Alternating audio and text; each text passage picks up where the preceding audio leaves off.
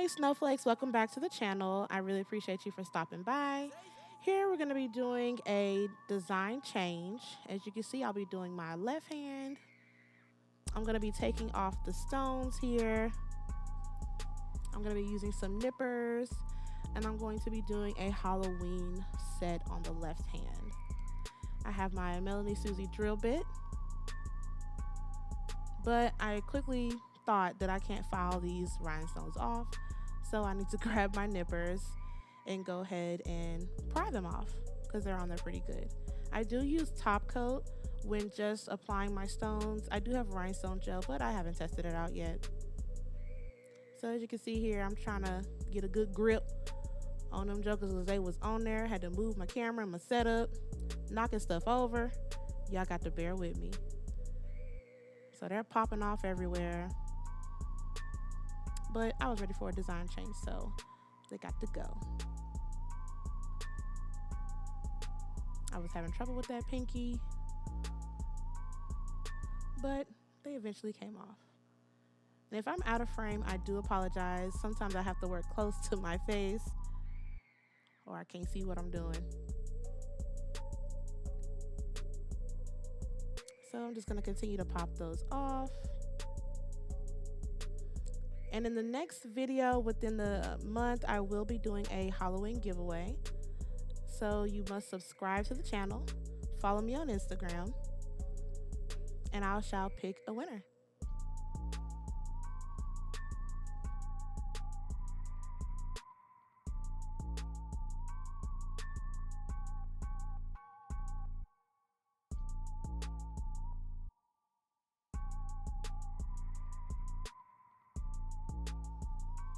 As you can see here, guys, I am filing off the remaining of that transfer foil of the Louis Vuitton design. I cannot speak today. So I'm filing that off, and I said, you know what? Let me go ahead and switch from my e-file to a hand file. I find that my 100, 180 grit are just better at filing for me. I do, the e-file, but I prefer the actual hand file. I was trying to buff it, and it was stuck on there. I said, let me get something I know gonna get this up off of here, because there is no way I'm gonna be sitting here filing for 3 hours. So I was searching, pulling it up, and I found her.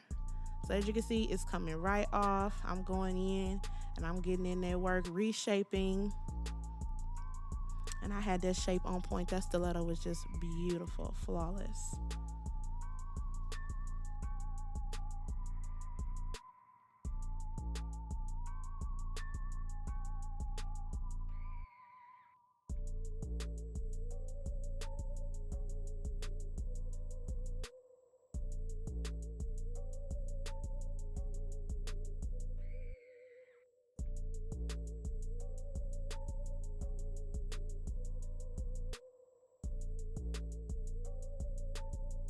So as you see here, I'm readjusting my camera. I am recording this while I am at work, so y'all got to bear with me.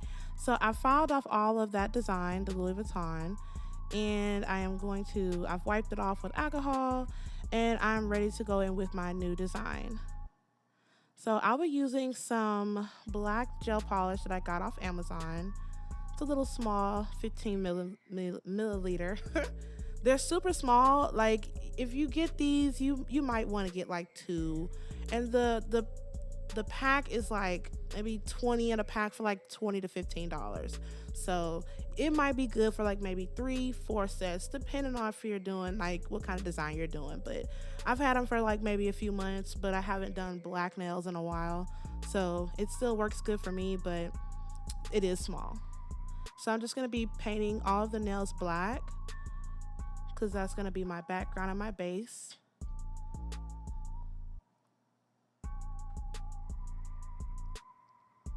And I apologize once again for being out of frame. I just don't be looking at the camera. I'm just in my passion, just doing the nails, having fun with it. And I just forget that the camera's even up there. But for you guys, I will be working that out better for you guys. So I'm just going over each nail, curing it. And you want to make sure you have some acetone ready to wipe off any excess that you may have gotten on the skin. You don't want to cure any gel polish on your skin. And as you can see, I also have some other colors up there at the top. I will be doing a spooky design. I have some white, red. I also have some blooming gel. So what I'm going to be doing is mixing the blooming gel with each color to get a neon effect. I learned this from Miss Not Polish. Y'all check out her channel. She has amazing designs. I feel like she's an advanced user of all nail products, and I really would love to really get into her products because they are really high quality. So as you can see, I have painted all the nails black and I've added a matte top coat. And I'm gonna go in with this brush that I got from Amazon. I don't remember what kit it came in. And I'm also gonna be taking this white polish from that same set that I got the black polish from. I'm gonna be going in with small amounts. The brush itself is really, really small. I find it easier for me to work with the smaller brush because I just not advanced to work with the longer one. And I find it better to be working close up like I'm actually drawing a design. So as you can see here, I'm changing my mind. I was like, let me do a different design on the thumb. So I'll be taking that blooming gel and doing a layer on the thumb. Without curing, I'll go ahead and do a couple of dots of the white polish.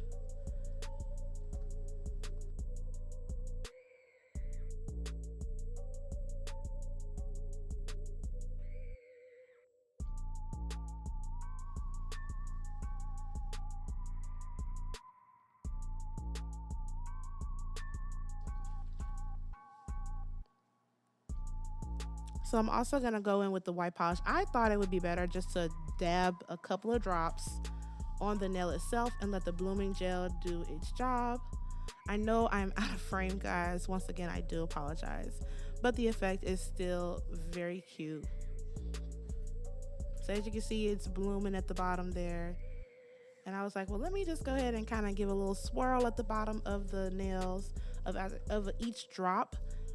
And it'll kind of give like the ghost body effect.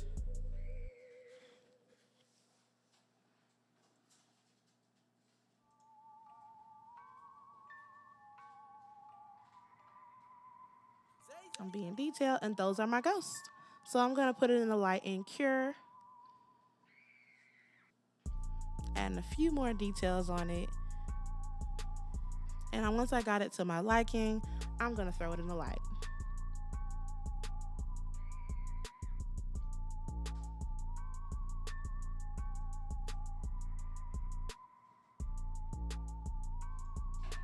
Once I'm done curing, I'm gonna take the black gel polish and add just a few dots with my dotting tool.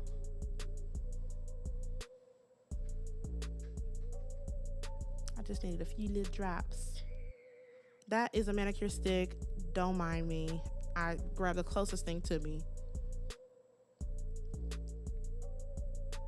And I just added the dots for the eyes and the mouth, and then I put back in the light to cure for 30 seconds.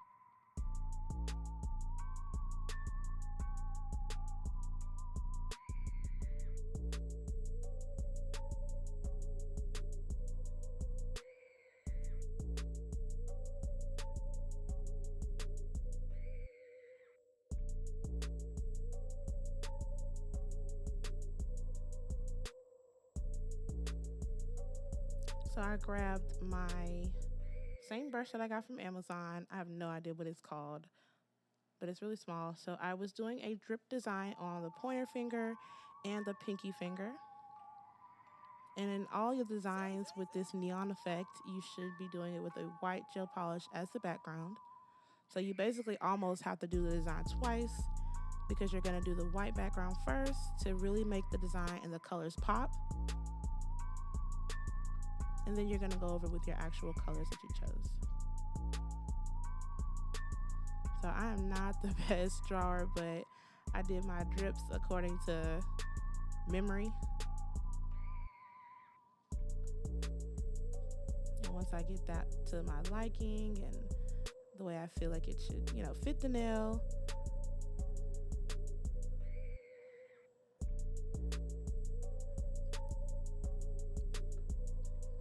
and after each design, I cure in the light for 30 seconds. So I'm almost done with my little drips here. I was trying to put as many as I could. I should have not put that fourth long line down, but it still looks good either way.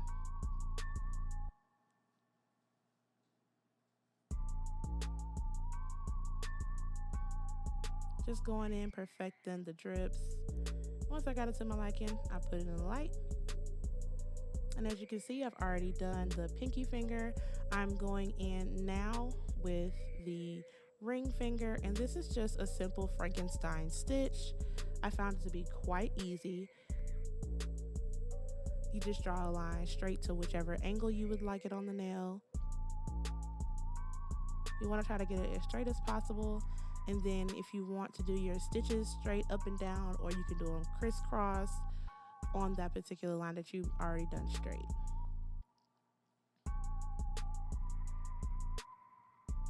And I was slowly calculating each line. It was very tedious work.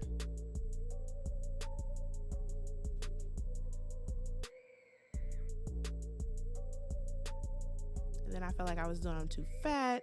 And I was like, I gotta go back and add some to this one. So I'm like, man, but it was still looking good. So I messed up on one line and then I cleaned it up. And it still looks good. So y'all get the gist. It's Frankenstein nails. So after I got done with that design and I got it to my liking, I went ahead and cured in the light, did some final touches.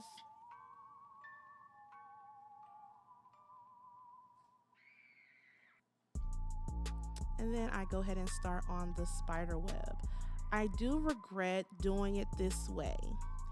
I usually see people start at the top of the nail. I have no idea what my Frankenstein brain was thinking when I started at the tip of the nail with the spider web design. You live and you learn. So as you can see, I'm going on through the tip, and I was thinking, what point could I have the spider web design coming from? And I thought, oh, the tip will be great. And it was still great, but I'll be doing it a different way. So I did my line straight as I could, and I still wanted enough space in between each line to do the curve lines on the spider web.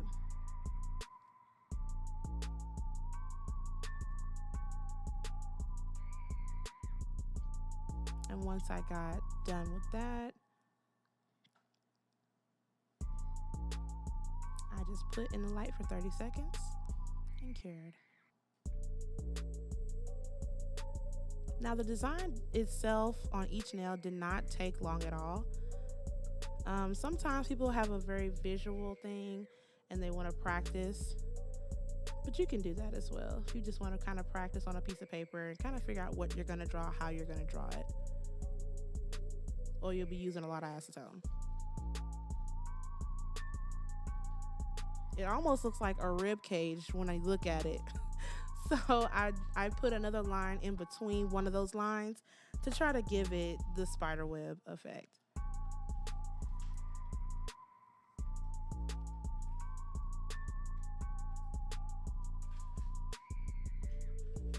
So I was getting that extra gel polish off my skin, and I said, man, I'm gonna add an extra line in here.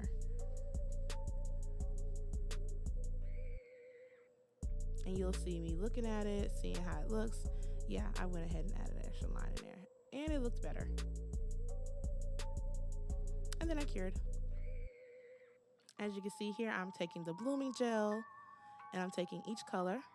I'm doing each design one by one, putting the blooming gel, and then you want to mix your color. Just a couple of drops will do. You don't need a whole lot.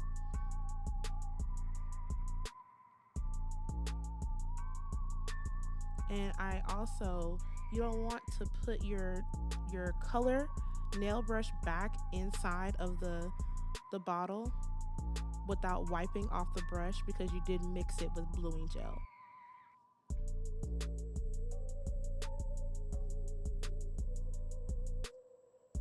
So I'm taking it and I'm gonna start adding this one to the spider web design.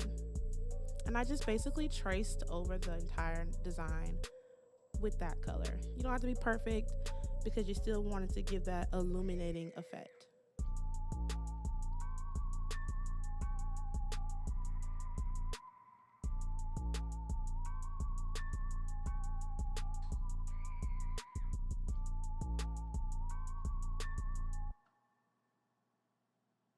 And as you can see, it's starting to come to light.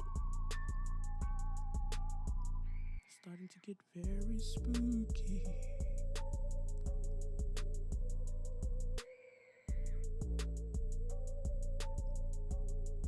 And if you're not already subscribed to the channel, go ahead and click on that subscribe button and support the channel. I would greatly appreciate it.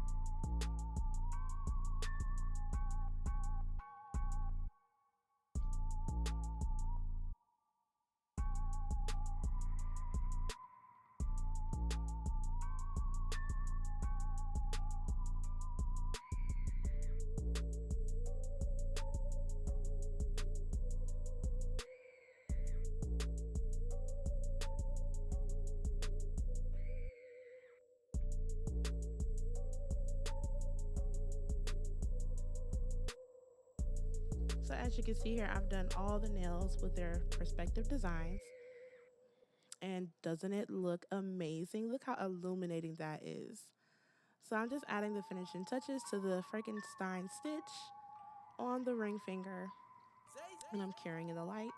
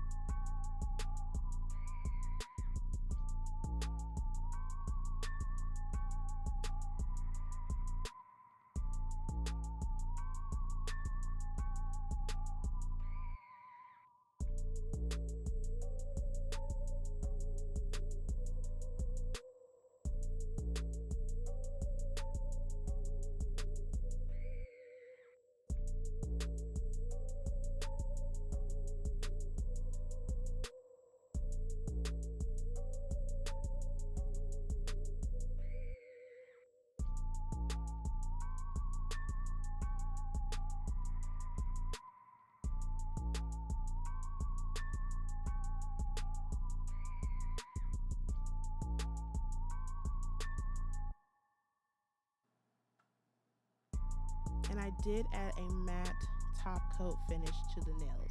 You don't really want to make it glossy because it just wouldn't really look right with a glossy top coat. I just don't believe.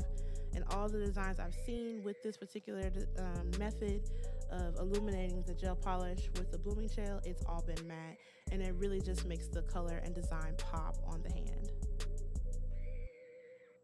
So I'm doing my final cure. Throwing my polishes back in their respective places. And I am so happy with the way this design came out, guys. I am adding that matte top coat. My ghosts look cute. It's just spooky how cute this is. So I'm adding that matte top coat to each nail, making sure to get all of the extra gel polish that gets on the finger off, because you don't want that to cure on your hand.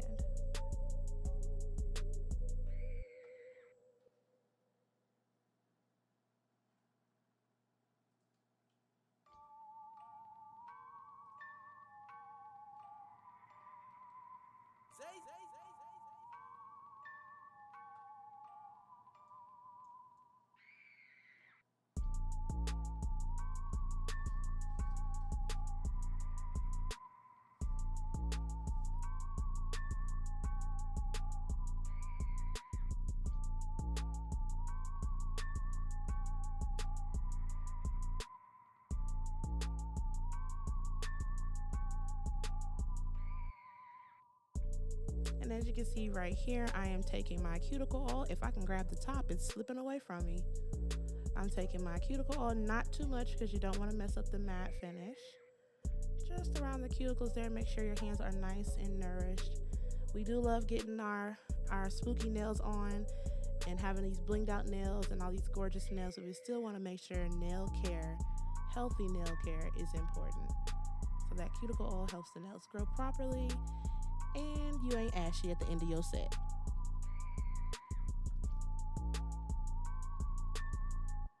Rubbing that in, and it's just looking spooky. All right, guys, don't forget about the giveaway. Also, make sure you follow me on Instagram, also on my TikTok, and make sure you subscribe to the channel.